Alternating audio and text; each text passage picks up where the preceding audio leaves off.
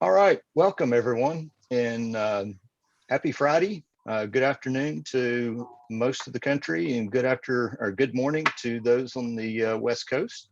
I'm Lewis Davis. I'm the Senior Director of Technology and Research with WFCA. I am joined today by Stacy Eickhoff, Senior Vice President of Commercial Lines for Risk Strategies Company, and Jeff King, who is the General Counsel of the WFCA. So thank y'all for joining us today. And today we'll be talking about cybersecurity and doing kind of an overview. So we'll jump into a presentation real quick and get started. All right, so I wanted to start with a quick little cartoon that I found. So and ask, is this your theory or your approach to security? Put a sign on the door, say, no hackers beyond this point, or do you take a little more, put a little more effort into it? So, let's talk about cybercrime. So what are they? The dictionary describes it as criminal activity committed using a computer, especially to illegally access, transmit, or manipulate data. Most cyber crimes are intended to profit off individuals or companies. They're done by highly technically trained organizations or individuals. It's no longer the teenage kid in the basement of his parents' house that's just kind of hacking around. I mean, these are turning into, groups, organized groups that are going out and attacking companies.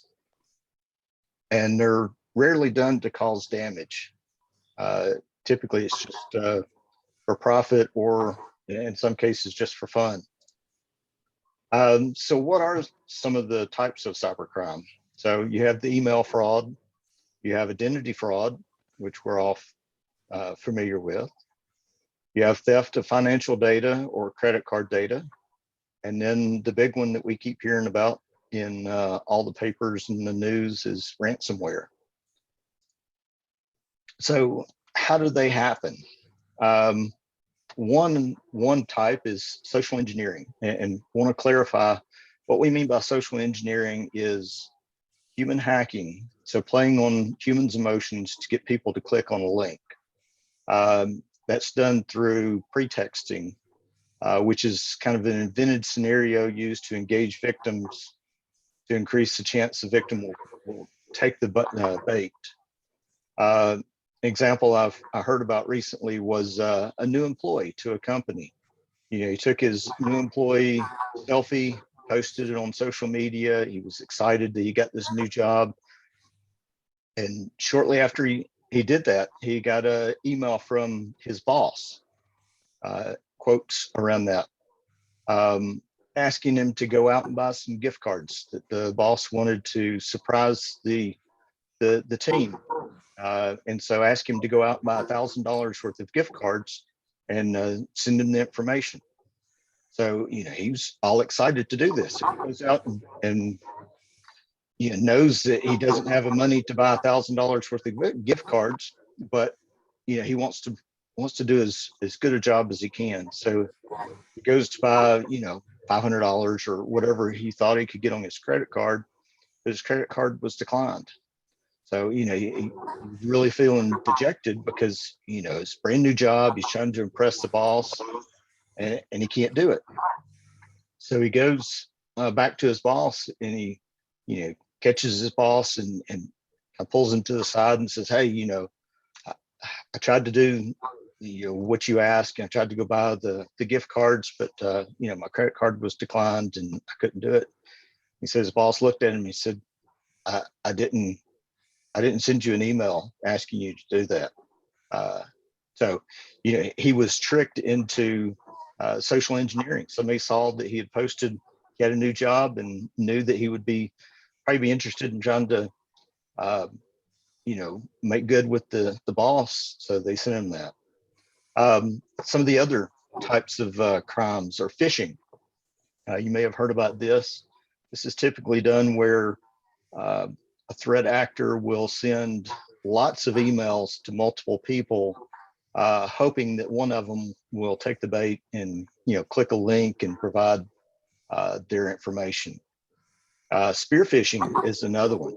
Spear phishing is where you send an email to a specific person with information specific to them that makes them think there's something wrong, and again, playing on their emotions. Whaling is a big one, and that's targeting high-level executives. It takes a little more time to send this because you have to research more about that person, and you got to gain their trust. And typically, those targets are people with financial access. So you're trying to get somebody that has access to be able to get some money out of it. Vishing is another form. It's where you get an automated phone message saying your account at your bank's been automated or been hacked, and you need to provide your PIN number. Smishing is another one. It comes in through text messages. Malware attacks.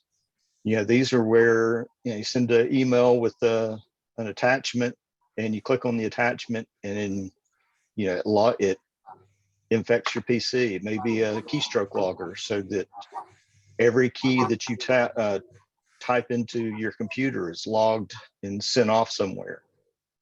And a big one is the BEC, or business email compromise. This is where an attacker masquerades as a C-level executive to trick employees into performing a business function, similar to my example on the social engineering. So these are things that actually happen. And just wanted to throw out some statistics. This was from a report by SonicWall. 304.7 million ransom attacks have occurred just in the first half of 2021. And that's up from 304.6 million in all of last year, which is a huge increase. And that number is expected to continue to increase year over year. And the top industries that are being targeted, you see, is government, education, healthcare, and retail is another big one. 264% increase over last year. In 2017, the estimated cost of ransomware was $5 billion. In 2020, they estimate that cost is $20 billion and could exceed $265 billion by 2031. So the prediction is that businesses will be hit with ransomware every 11 seconds.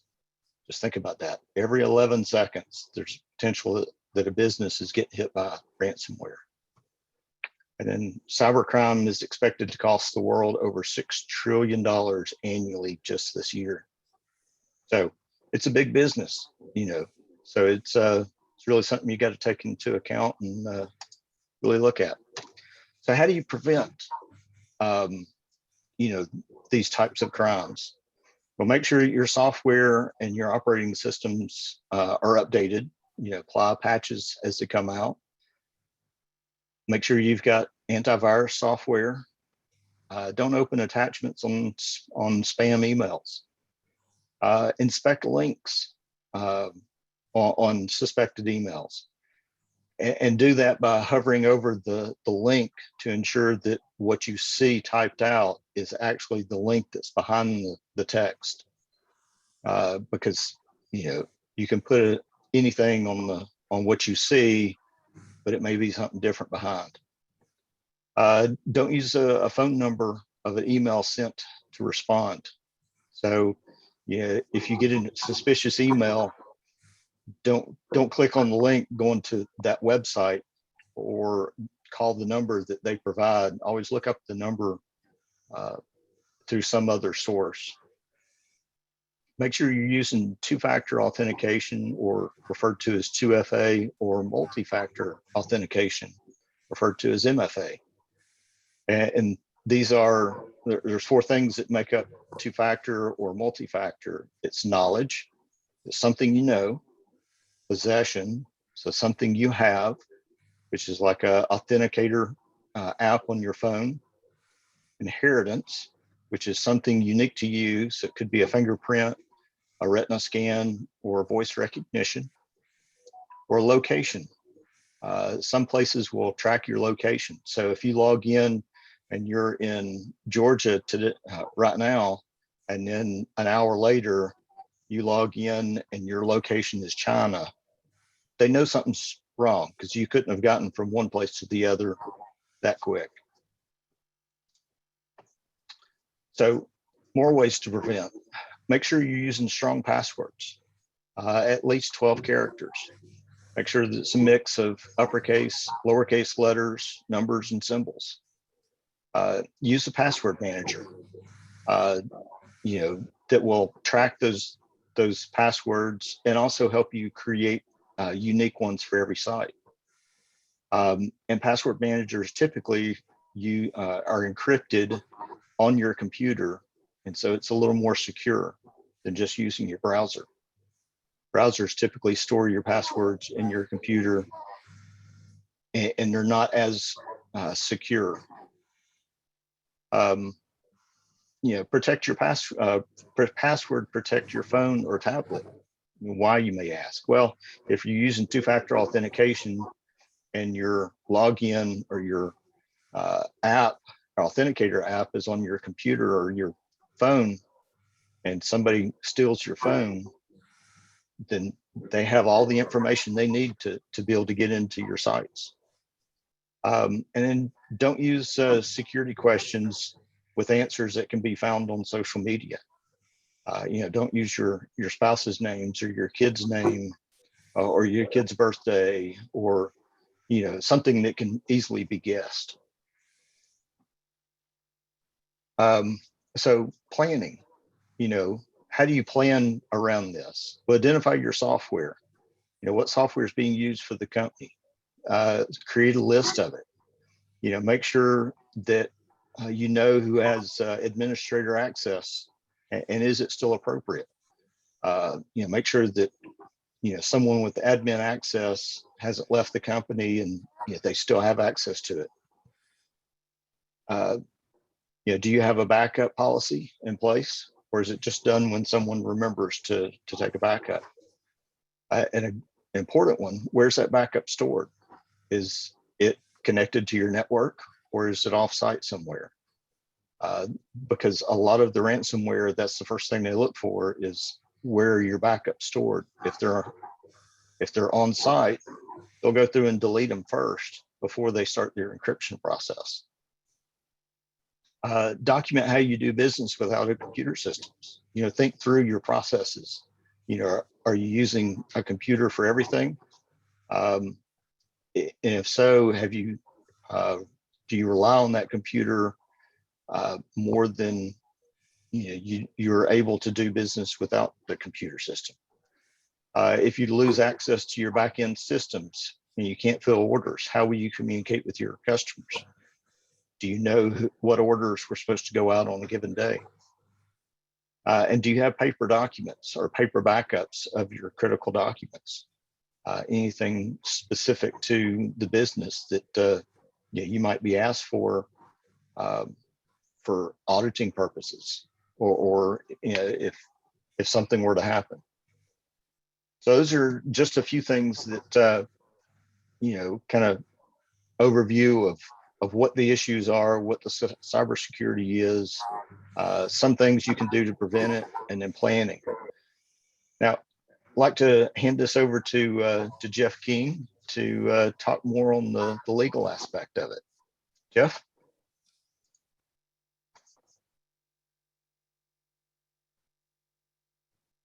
Jeff, are you still there? I muted it so you didn't hear me. Oh. Well, the very first question all my clients ever ask really is, am I on the hook? Am I going to be liable for disclosure of a client's material? Am I going to be liable for the damages they suffer because I've let credit card information get hacked, etc. Next slide.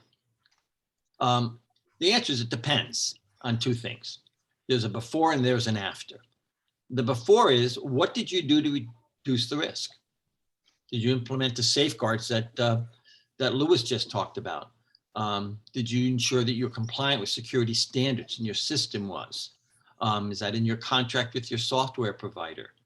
Are you complying with state law requirements? Some states have now privacy laws. New York, California does. Have you complied with those? Those are the types of things that they're going to look at. And if you've not done those, then you've not taken sufficient precautions and you're negligent and therefore will most likely hold some liability for this breach. Then what's after the breach occurs? So you've done everything you're supposed to do. Did you do enough in the event to reduce the harm? What'd you do to prevent customers' data from being compromised? Oh, did you notify your customers? And in fact, under state laws, they actually may be mandated certain aspects. In fact, state law is the first thing you should look at on liabilities portion to see what you should do. Next slide, Lewis. Some state laws let you opt out, that you store information in your client. Some state laws require that you let that client know, or that customer know, that they have a right not to have any of that new information stored. So every transaction is a new transaction. There's nothing in the computer that will identify them for the next transaction. California and Nevada, for example, have such stores. Some require you get permission to use the data. It's a simple form, but in Maine, for example, and there's other states looking at varying forms of this, you have to have permission that I'm allowed to take this data and use it. And a good number of states have a notification of breach. Once there's a breach, you have a very short window in which you have to notify your customer and your clients that there has been a breach of the data. And some of you get these notices when there's been a breach of your own data. And New York and Texas have very strong laws on this. So next slide. The next question I'm asked about this is, well, maybe I didn't do enough, but can I pass the liability on to others? What about the company that stored the data? What about the company that developed the hardware or software? What about the data that was supposed to detect and block these things? I'm going to say, aren't they liable?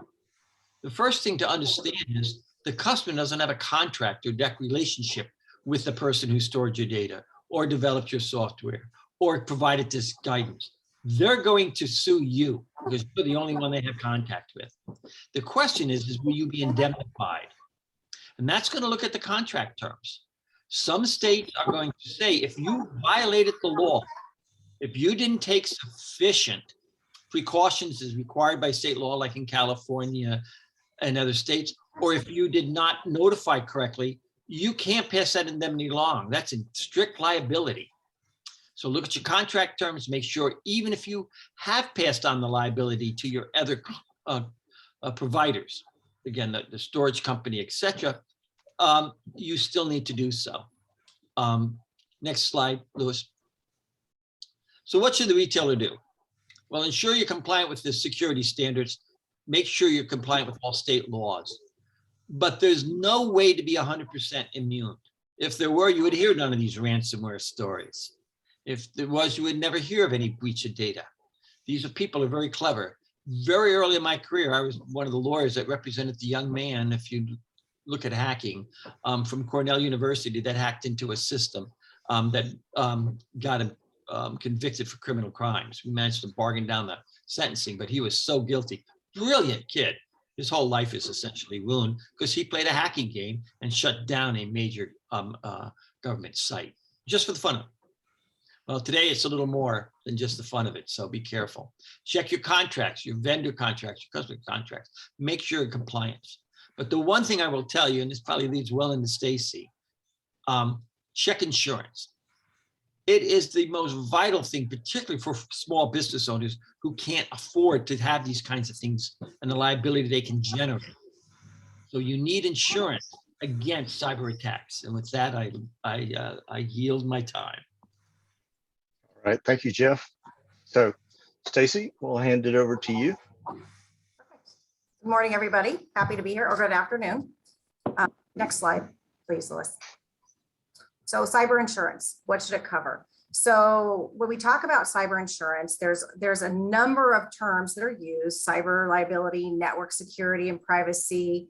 And under that broad heading, there's a lot of different coverages that could be included, should be included. So network security and privacy basically covers claims against you because of a breach. And those claims could be, as a result of a denial of service, a malicious code, a stolen laptop, just because it's, and also data breach, right? Just because it says cyber doesn't necessarily that breach has to be a laptop. It could be somebody leaving a file on a bus stop, or in a restaurant or something similar, or your phone. So those are how they can arise. And again, network and security privacy. So you have a breach, you need to get a handle on what that breach is. So you've got breach response coverage. So breach response coverage would be a breach coach, would be forensic investigation. Where's the hole? How do we plug it, right? How do we stop it from continuing?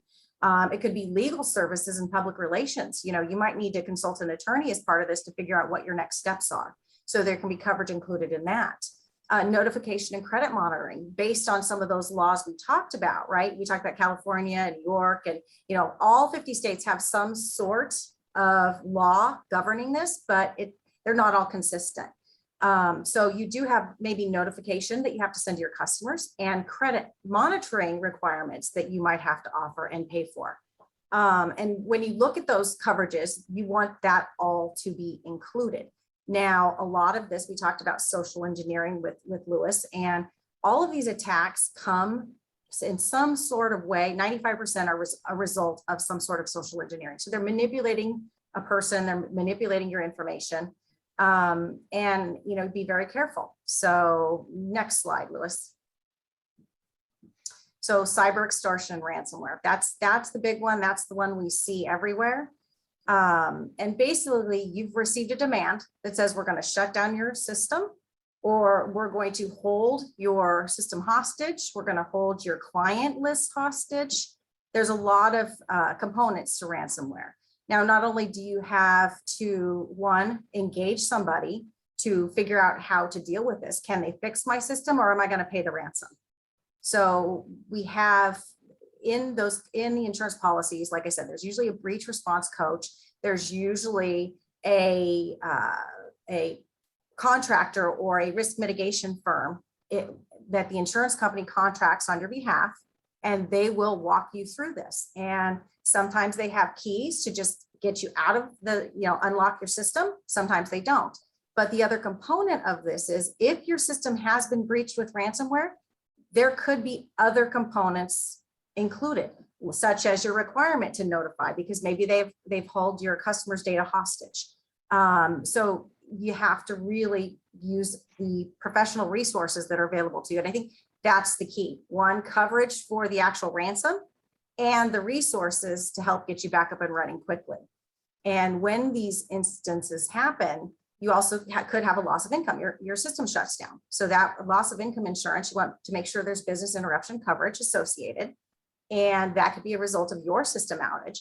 But then there's also contingent business income or loss due to an outsourced provider. So let's say you operate in the cloud, and the cloud is held hostage, and you can't get to your data, or you can't operate because somebody that you rely upon to run your business, it could be a vendor, it could be a software provider, it could be the cloud, but you could lose income as a result of somebody else's business being shut down. And so that's contingent business income, and that can also be included in these policies. Okay, next slide, please. Okay, here's the other: damage to hardware and digital assets. We often see that as a result of a breach, when somebody gets in, there is damage that can be done. You may have to recreate digital assets. You might have to purchase new hardware because your server's blown up. That's a possibility, and a good policy will include some coverage for that. So under the network security, privacy liability, or cyber liability coverage, you want to look for all these individual components that we're talking about. Now, cybercrime and social engineering. This is a little bit different than, it's more specific. So it does arise out of the social engineering we spoke about. However, it could be, just like Lewis said, an email coming from the CEO saying, hey, go buy these gift cards and give me the information. or it could be an invoice that's manipulated. I've seen this happen quite a bit where somebody has sent an email and it says, oh, here's a change order to this job, or here's an additional cost that you have to pay me, right? And so somebody pays that invoice. They don't follow the protocols that you should have in place anyway for payment processing, where you check a different phone number, you make sure that there's more than one person that authorizes it. You're very in tune with the job. You might follow up and confirm that there was a change order for sure. Those are things, because when you're if you have crime coverage, most policies are not going to cover voluntary parting. So if you don't do the verification and you automatically send that check, you voluntarily parted with that money. So that is a very difficult discussion with the insurance company, right? Because you think you had crime coverage, but you really don't if you pass the money off to somebody even if they came to you under false pretenses. So social engineering, this is what we talk about when we talk about cybercrime. And on that policy, you should see a limit for social engineering, and that's what that's for. So it can be very confusing, but there are two different components when we talk about social engineering, but they're all related. Now, regulatory investigations, fines, and penalties. Jeff talked about this before, where you need to make sure you're compliant with your regional and local laws. Because if you didn't do what you were supposed to, you could face civil fines and penalties, or there could be an investigation related and you have to bear those costs. And that's very disruptive to your business. So it'd be nice to have a carrier or somebody that was there that could help walk you through the process and have some coverage for those fines and penalties. Now, PCI, payment card industry data, you need to make sure that you're in compliance with that. Now, that's going to usually be separate, or then there's regulatory fines and investigations, and then there's the PCI. Usually you'll see PCI data separate, and it's not going to be lumped into the other regulatory fines and penalties. So you really just want to make sure you're up to date with those. Even if you use a third-party processor, which most of you do to run your credit cards, right? You need to make sure that you are up to date on what those processing standards are, because you still could be held liable because you're taking the data first. Okay, next slide. Premium determination. That's the big question, right? How expensive is this? I already buy a lot of insurance. What's it going to cost me? So when you look at premiums, the carriers, it all varies. So it varies by the size of the company, how much data you hold, how many records held, and your risk management procedures. So all that planning and what Lewis said to prevent and plan, those all come into play. They want to see that your employees are trained, that they know to hover over an email address to see if it's an actual valid email address. Same thing with the links. They want to know what your security protocols are. Do you have check and callbacks? So you get an invoice, do you call? Do you do any testing? Do you do any penetration testing? Do you patch your system? Do you have virus protection? They're going to look at all of those things, multi-factor authentication, and then software updates. Those are some key components to what an insurance company is going to look at. Now, if you want, most of the insurance companies now do what they call a website scan. So if you have a website and you go to get coverage, most likely the insurance company is going to scan your site and you're going to get a report. We get that, we have our own, and then we also get them from several other insurance companies. But that report will tell you, you know, your domain hosting, can they get into your firewall? I mean, there's a lot of things that they can just check by going to your website. It's actually really amazing. And then they give us the report, and then we ask you questions, and then they come up with the pricing.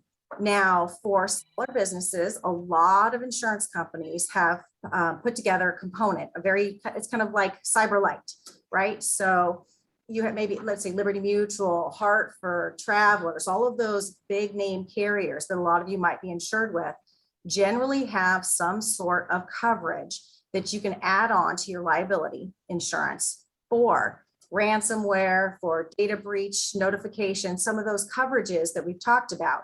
And they can be pretty inexpensive.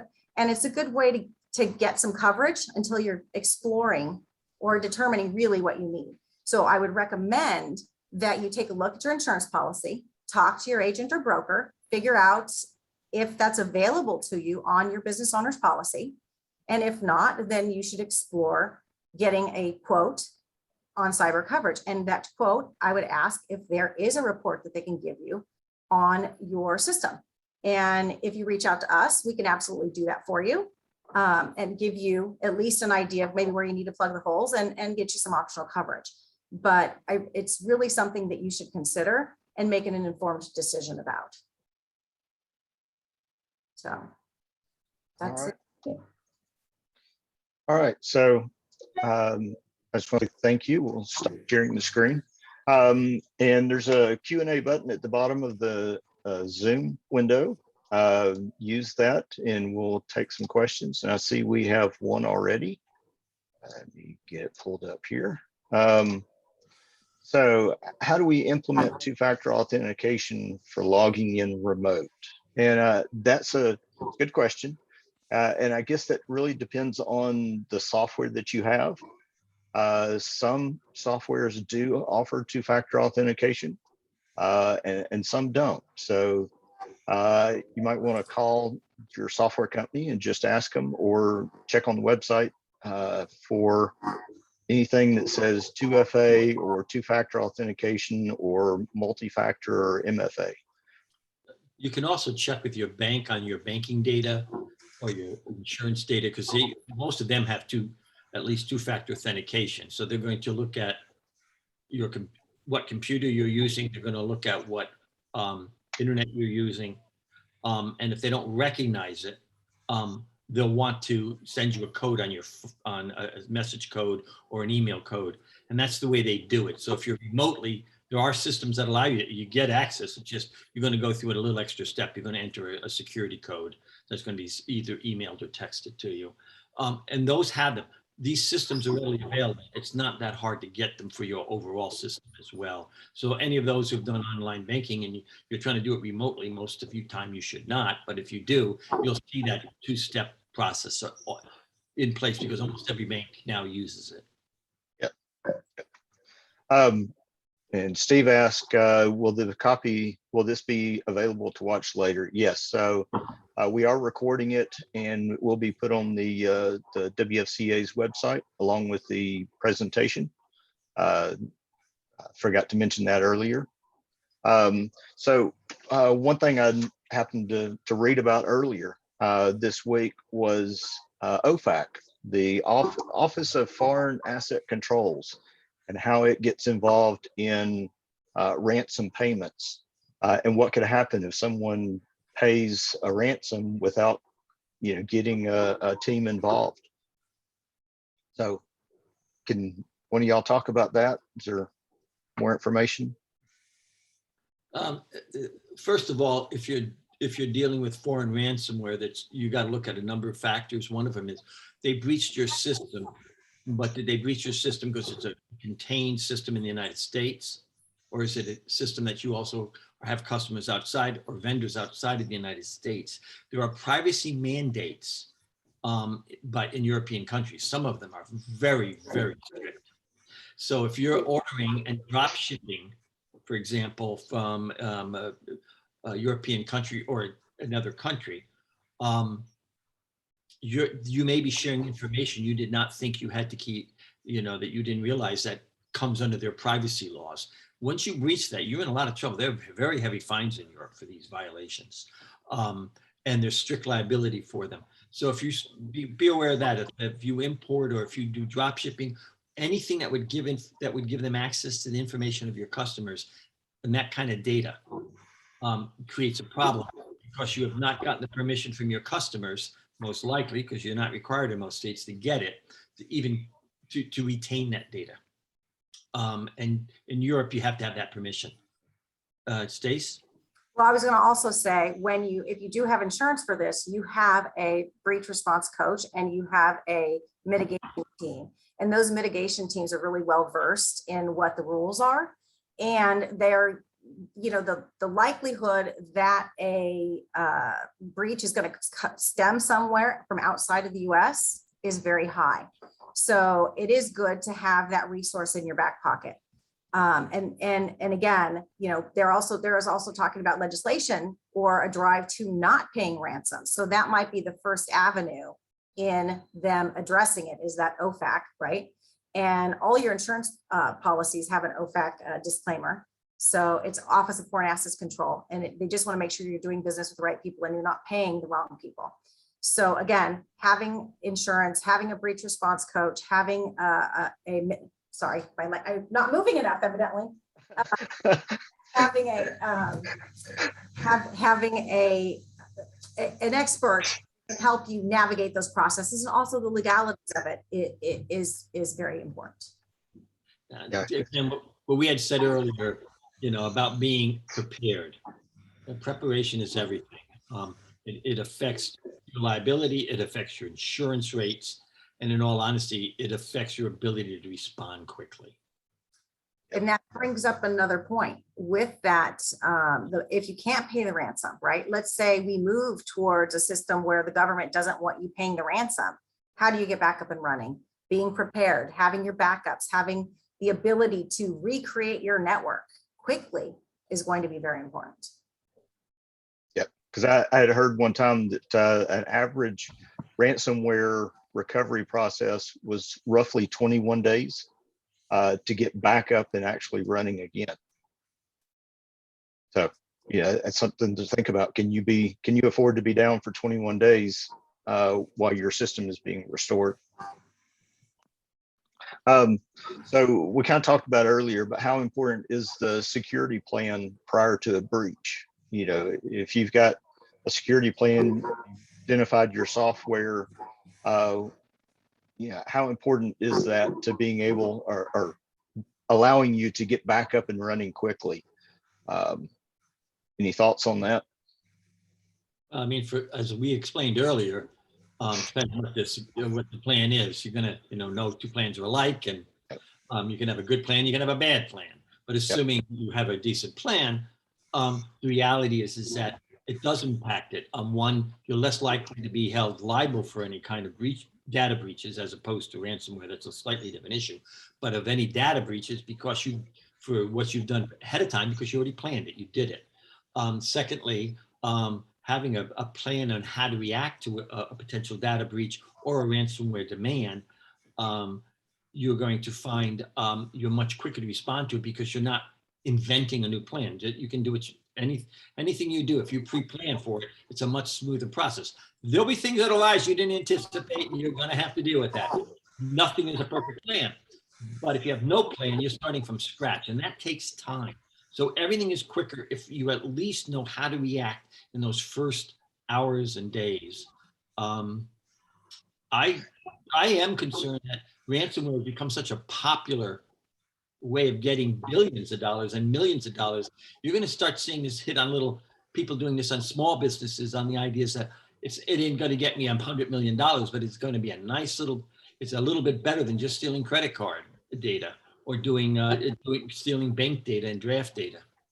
Well, the smaller business is much more vulnerable because you're so busy focused on running your business that some of these things aren't at the forefront. And so you might not have the security protocols. You might not have the time to patch your system. You might not have the time to really train your employees regularly on what to look for and how to do so. So unfortunately, you're vulnerable.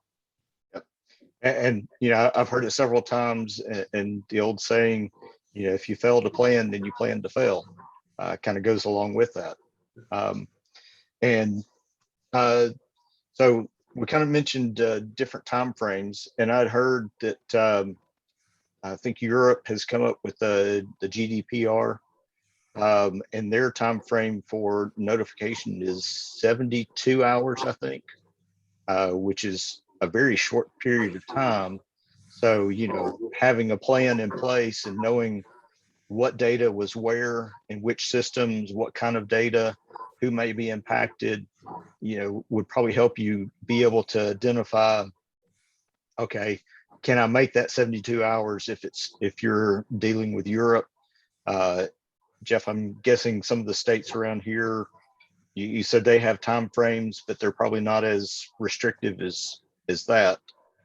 There's a better rule of thumb, and I think Stacy agreed with this, is that the quicker you get that notification out, the less likely that somebody suffered damages, because now you've put it in their ball court to protect themselves. So if you do this a week later, there's been a week where they've had your data to play with and compromise your credit cards, do other things. So the sooner you notify, the less likely you are to have the damages will be less on it. It's not that there aren't damages. You know, your customers are not going to be. If any of you have had any of this happen, and I can't imagine there's anybody in this country who hasn't had some problem with their credit card getting compromised somewhere along the way, whether all of a sudden you notice you got a $2 charge at Walgreens and then another $4 charge at at Target, and next thing you know you have a $5,000 charge for a new television set or something. That's happened to all of us at some point. Somebody's gotten through, and now you got to go get new credit cards. Well, Yep. a pain, but it's better than seeing that those charges go on. And if you miss that notification from your bank, or your credit card company doesn't notify you quick enough, you can find liability there. So it's important to have a quick response. Just for liability. I would agree 100%. And then there's just 2 anecdotal incidences that we've had specifically. So one, I highly recommend a notification on your cell phone for your credit card, your business credit card even. If a charge goes through, you see it on your phone, it pops up. We had a wallet stolen and they were able to apprehend the criminals because we had real-time data on the phone where these people were trying to use the credit card. So that's an anecdotal. And then the other thing I want you to look at is a lot of businesses use a points card, and they do a lot of business purchases with the points or on the points card so that they accrue those points.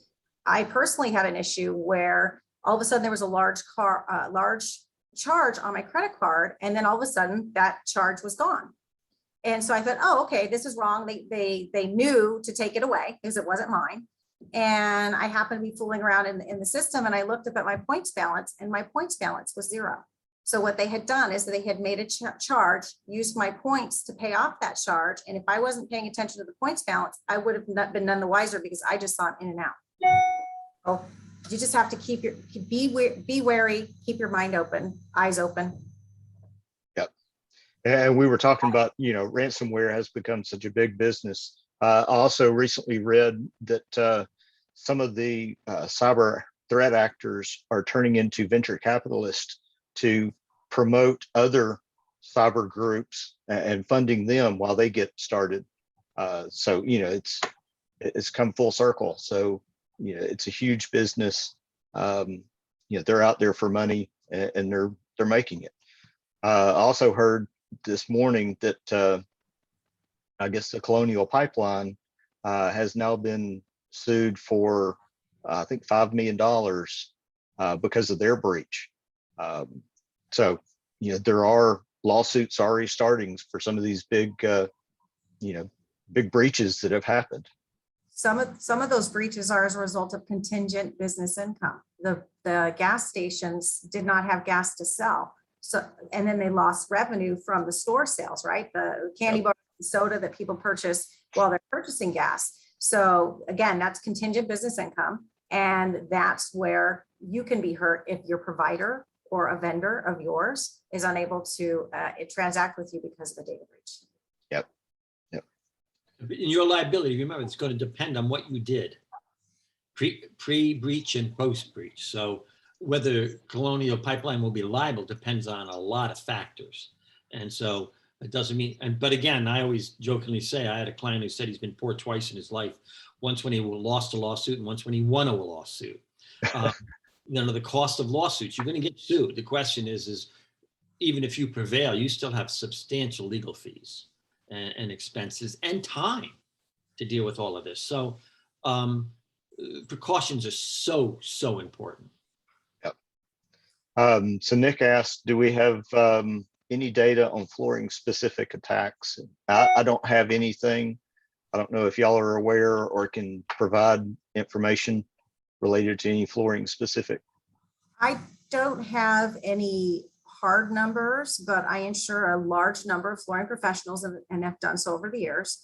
And I know of at least 10 in my group, let's say, so 10% out of 100 flooring professionals that has had some sort of attack, either clicking on an email link or or sending the wrong invoice somewhere, or that kind of thing. And I know of several manufacturers that have had breaches, large manufacturers. Right. I'm not aware of any ransomware in the flooring industry at this point. I am aware of a lot of data breaches, whether it's credit card information or some other aspect to it that creates a problem. Some of it has been just a pain in the butt where they've fiddled with delivery dates and such. We've seen that done. That's some kid just having fun. We've also seen it where they've just stolen credit card data and they're just going to start using it and it's going to be used. And then, by the way, the people who steal it don't always use it. They sell it. Oh, yeah. So it's not something that once they take it, it gets sold out. And then it's not a single user trying to steal your money. It's multiple users trying to steal your money and use your credit card illegally and your customers. And that's where we've seen it. But again, unless Stacy can correct me, I've not seen ransomware in the flooring industry. Doesn't mean it hasn't happened. I've just not been aware of it. No, well, those are the one, the of the 10 I'm speaking about, the majority of those were ransomware. Where the system was shut down and they had to re-up it. And two of the manufacturers, one for sure was a ransomware. I believe there was another one that was, and then the other two were more of a data breach. I mean, just in my industry, I know it's not related to floor covering, but for CNA Insurance had a data breach. Their systems, we transact with them. Their systems were complete. They had to go to a second operating system, and that was over a month. It was over a month before they could get completely up and running again without Band-Aid patches. And they paid a $40 million ransom. Wow. Now, of course, it's a big company, but again, think of all the other money that was lost outside of just the ransom. Yeah, because you have not only data loss, but you also have your business reputation Exactly. is damaged as well. And that's the other component in a lot of these coverages, and I should have brought that up, is reputational damage and reputational harm. A lot of these policies do include the ability to get out in front of this and do damage control publicly. Well, this is not related totally to cyber theft. Be aware under the law that if you take credit cards and you use a chip, you're essential and get authorization through that chip reader, you're 100% protected against the bank. The bank can't claim anything. If you use just the barcode, you can still be liable. And the reason is the chip has a unique signal every time. It's its own code. Every time you use your credit card, it's a different chip signal. It's the way it's designed. The barcode is always the same. And once they figure out the barcode, anybody can steal it. So the bank still, because if the card has a chip on it and you decide to use, it's quicker to swipe it, you have potential liability there. If the card doesn't have a chip on it, then you have the same protection you normally would. But now that we have these chip cards, anybody who swipes a chip card has potential liability if there's fraud results from the misuse of a credit card. So just be aware of that for you all. Use the chip. Make sure your readers are chip readers. All right, so we have another question that came in. This is from Nick. So focusing on WFCA specifically, as a membership group, do we have an idea if folks are implementing disaster recovery plans? Are owners aware of the importance of this? Not just ransomware, obviously, but plays a key role. And that's a good question. I'm not aware of any disaster recovery plans. I'm hoping that there are some retailers out there that have thought through what would happen if in California, the wildfires are huge right now. What happens if a wildfire comes through and destroys my business? What happens if the tornado comes through and destroys the business and all my servers and backups? It's also something to think about. So this was mostly focusing on the cybersecurity piece because it is something that we're hearing about daily. It seems like another company has gotten hit. So I mean, it's very, very important to to sit down and kind of think about what would happen if you were to lose your data, you were to lose your system, What happens if, if you lost your access to your system for a day, a week, a month? How would you operate? It's not something we want to think about, but it's something that's at least a good idea to have in the back of your mind if you're not going to sit down and put together a security plan. Two things. One is to key up Stacy on it. One is that the very purpose of this webinar is to start to develop those options for you, to make you aware of them. So you need disaster plan. And number two is that your insurance broker will help you enormously in setting up a disaster plan, whether it's cyber, whether it's physical damage, whether it's, we dealt with from the pandemic. Does it create business interruption insurance? What's in your plan? All of those things are planning for a disaster, and your broker and the insurance they help you get is probably a key element to any disaster program. We have a lot of resources available. If anybody on the call wants to reach out to me, I'll be happy to send them information. We do have, information on setting up a business continuity plan after a disaster. We also have some information on training for cybersecurity and for your employees. And there's also some really helpful governmental links out there that we can help steer you to as well. Yeah, and there are lots of information, about cybersecurity, how to protect yourself. The government has CISA.gov, which is a cybersecurity and infrastructure organization. They send out, emails. You can subscribe to their email list. They send out any kind of updates. Anytime Google Chrome does an update, they send it out saying, hey, this has been updated. When the Kaseya ransomware came out, they posted something about it saying, hey, this has happened. Make sure you follow these steps to ensure that you didn't get hacked. That's always a great site to keep up with just general information. They posted for 2021 ransomware mitigation, I believe, put out a big document to help address ransomware. So there's lots of places out there. The last thing I would say is your employees are your best firewall. Train your employees on what to look for in emails, how to be cyber aware. Make sure that they don't receive an email, whether it's personal or company, and do something that could possibly come back to cause you problems, because most ransomware start by someone clicking a link that they shouldn't have, that allowed a threat actor to come into your system. So, do y'all have any final comments? Stacy, Jeff? Stay alert, stay prepared. Yep. I would just say thank you for your time today. Thank you for those that attended. Again, this was recorded. It will be put on the WFCA's website. So we greatly appreciate your information. Hope you found participation, and I hope you found this information helpful.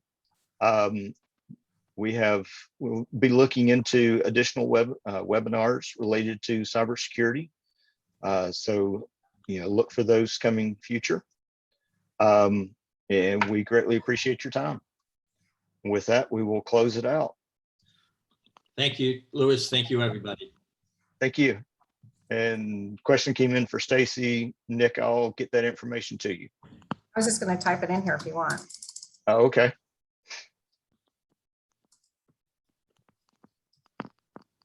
Perfect. Make sure I spelled it right. Yeah, I should have put that on the first panel. Thank you. All right. Well, thank you all very much. Thank you all. Bye now. Thank you. Bye.